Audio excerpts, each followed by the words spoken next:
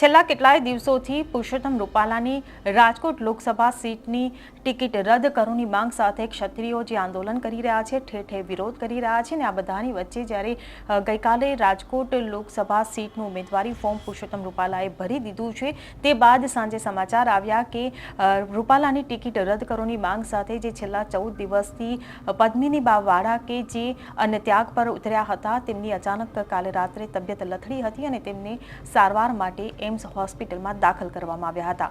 ત્યારે શું છે હાલની પરિસ્થિતિ તેની વાત કરીશું આ વિડીયોમાં. નમસ્કાર, હું હિરલ પરમાર અને આપ જોઈ રહ્યા છો નિર્ભય ન્યૂઝ.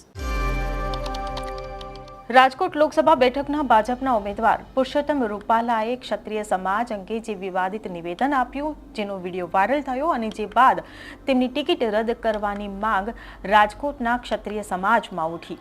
ન માત્ર રાજકોટના ક્ષત્રિય સમાજમાં પરંતુ ગુજરાતભરના ક્ષત્રિયોની એક જ માંગ રહી કે પુરુષોત્તમ રૂપાલાની ટિકિટ રદ કરવામાં આવે. ત્યારે રાજકોટના ક્ષત્રિય સમાજની મહિલા આગેવાન પદ્મિની વાળા કે જે ગત 2 એપ્રિલથી આશાપુરા માતાજીના દર્શન કરી અને ત્યાગ પર બેસી ગયા હતા, એક જ માંગ સાથે કે પુરુષોત્તમ રૂપાલાની ટિકિટ રદ કરવામાં આવે. જે બાદ પુરુષોત્તમ રૂપાલાની ટિકિટ રદ કરવા માટે અમદાવાદમાં એક સંકલન સમિતિની રચના પણ કરવામાં આવી હતી. જે બાદ એક પછી એક જિલ્લાઓમાં બોયકોટ રૂપાલાના નારા સાથે ક્ષત્રિય સમાજનું મહાસંમેલન પણ મળી રહ્યું છે. છેલ્લા 14 એપ્રિલના રતનપરમાં ક્ષત્રિય સમાજનું એક મહાસંમેલનનું આયોજન કરવામાં આવ્યું હતું, જેમાં ગુજરાતભરમાંથી ક્ષત્રિયો એકઠા થયા હતા. જેમાં રૂપાલાની ટિકિટ રદ કરવામાં નહીં આવે તો 19 એપ્રિલ બાદ લડત માટેનું પાર્ટ 2 શરૂ થશે તેવું એક એલાન પણ જાહેર મંચ પરથી કરવામાં આવ્યું હતું. તો બીજી બાજુ આ તમામ વિરોધ વચ્ચે ગઈકાલે જ રૂપાલાએ વાજતે ગાજતે રેલી કાઢી સભાને સંબોધન કરી હતી અને કલેક્ટર કચેરીએ પોતાની ઉમેદવારી પણ નોંધાવી હતી.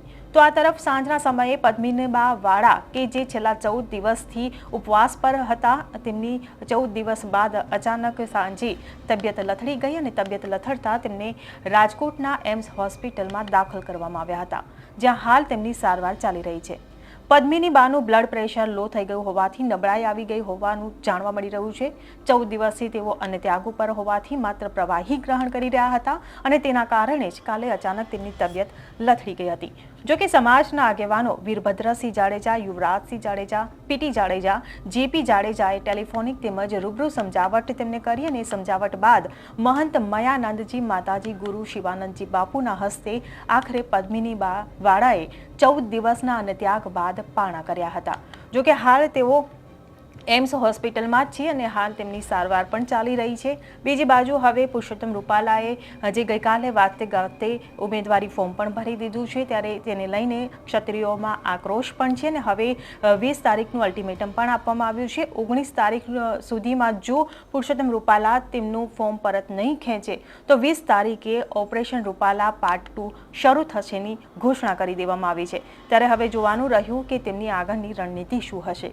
અહેવાલ તમને કેવો લાગ્યો તેમને કમેન્ટ બોક્સમાં લખીને ચોક્કસથી જણાવશો. જો વિડીયો પસંદ આવ્યો હોય તો વિડીયોને લાઇક, શેર અને અમારી ચેનલ નિર્ભય ન્યૂઝને સબસ્ક્રાઇબ કરવાનું ભૂલશો નહીં. આભાર.